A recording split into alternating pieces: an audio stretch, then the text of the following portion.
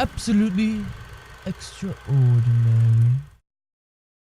What's up guys, Manime here, and today we're going to be talking about good comedy in anime, and more specifically what a layered joke is. For those of you who don't know, it's when multiple jokes that appear to be independent of each other are all combined into one large-scale punchline. These jokes are extremely hard to pull off, mostly because they take lots of forethought. Unfortunately, I haven't seen many new anime try their hands at telling these jokes, and the reason why is because these jokes can make or break an anime. First off, you need to have your audience remember the joke. The joke needs to be memorable. At the same point, the joke also has to be fairly vague. Basically, it's a balancing act. You want the joke to be memorable enough so your audience doesn't forget about it, but you don't want the joke to be so memorable that they start seeing that all the jokes are combining together into one giant punchline. A good example of this being done right is School Rumble, where they would have 3 or 4 of these layered jokes build up over an episode without the viewers ever realizing it. Once that punchline hit, generally so many people just burst out laughing because it was so well done, and I believe these layered jokes are the main reason why School Rumble was so popular. So let's go ahead and break down a layered joke, and for this example we're going to be using Real Life. This is a relatively new anime, and this joke takes place over about 2 episodes. Now there are no real spoilers here, but if you want to watch the joke naturally, it happens over episodes 2 and 3, so that's like 45 minutes of anime time I permit you guys to go catch up on. Once you finish episode 3, come back here and we're gonna go and analyze this joke.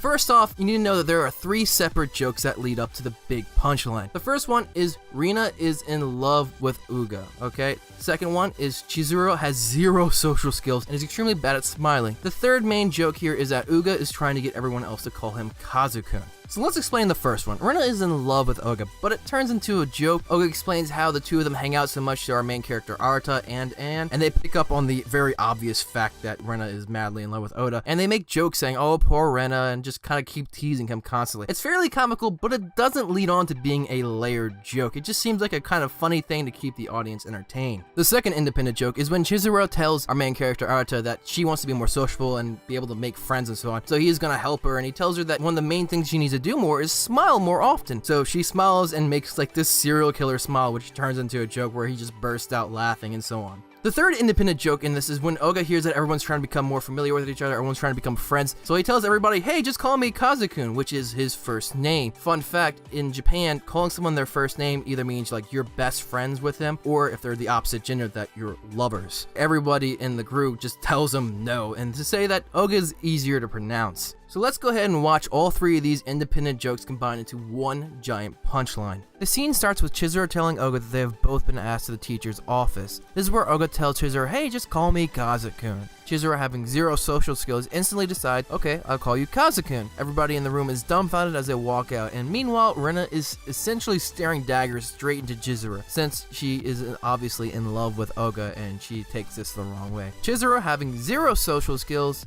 assumes that Rina is merely trying to become friends with her, so as she's walking out of the room, she decides to smile, which you can tell was not the brightest idea. Overall, it's a joke that doesn't help much with the plot, but helps the viewers get through some of the setup of the story without being bored to freaking tears. Seeing a layered joke in a brand new anime really gives me some hope for the upcoming anime for this year. I'm glad to see some companies are willing to put in the work despite it possibly failing. I hope you guys enjoyed this little rant of mine, and hopefully you learned something new. This is Manime, making sure you guys stay a man and watch that goddamn anime!